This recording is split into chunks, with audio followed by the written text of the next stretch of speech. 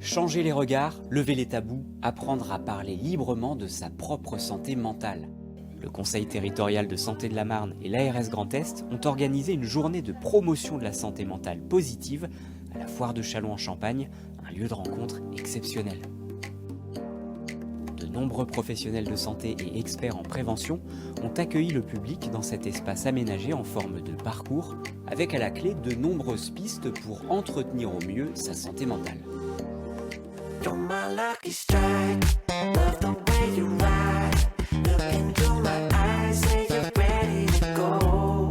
$1 million life. Ça concerne beaucoup de monde et c'est quelque chose qui ne doit pas être tabou. Et on peut aider par un certain nombre de bonnes pratiques, par un certain nombre de dépistages précoces, d'identification et de pouvoir aussi bénéficier d'accompagnement.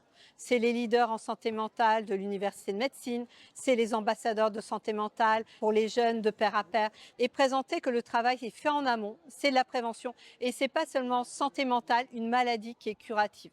La clé, c'est la prévention et c'est pour ça que tous les acteurs qui se trouvent derrière moi font de la prévention. C'est-à-dire que c'est tous des professionnels de santé, des scientifiques qui travaillent au quotidien avec des patients, des personnes en situation de handicap, mais qui sont là pour proposer leur savoir-faire et leur expertise sous forme d'ateliers de sensibilisation à la gestion du stress, gestion des émotions, au bien dormir, au sport.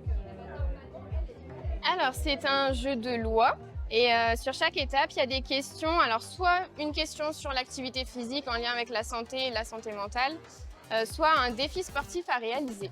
Nous, on a voulu vraiment, sur le stand en général, parler de santé mentale et utiliser ces termes-là pour dédramatiser aussi. C'est pas un gros mot, donc on en parle. C'est un grand plaisir de voir le stand aussi bien fonctionner. Tout le monde participe et en plus d'accueillir le public, on peut interagir entre partenaires et c'est vraiment c'est un plaisir pour moi de voir cette interaction. C'est la mission du Conseil territorial de santé, de faire que les partenaires se parlent entre eux et aujourd'hui c'est une réussite. Il y a vraiment beaucoup de dynamique sur ce territoire et on peut toujours remercier l'ensemble de ces associations, de ces bénévoles, de ces volontaires qui œuvrent, professionnels de santé ou pas professionnels de santé, avec le PSM, le CHU, la FAC, la MSA, la CEPAM, l'ensemble des associations. Et c'est un tissu qui est vraiment important. En plus du sport, les échanges ont porté sur le sommeil, l'alimentation ou encore la créativité. Être à l'écoute de son corps, savoir identifier et exprimer ses émotions pour améliorer son bien-être.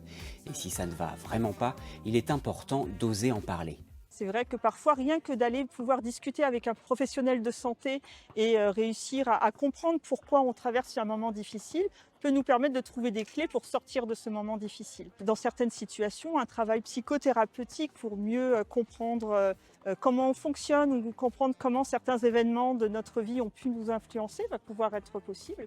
Et dans certains cas, les traitements médicamenteux vont pouvoir être un soutien pour pouvoir sortir d'une dépression ou d'une problématique un peu plus sévère.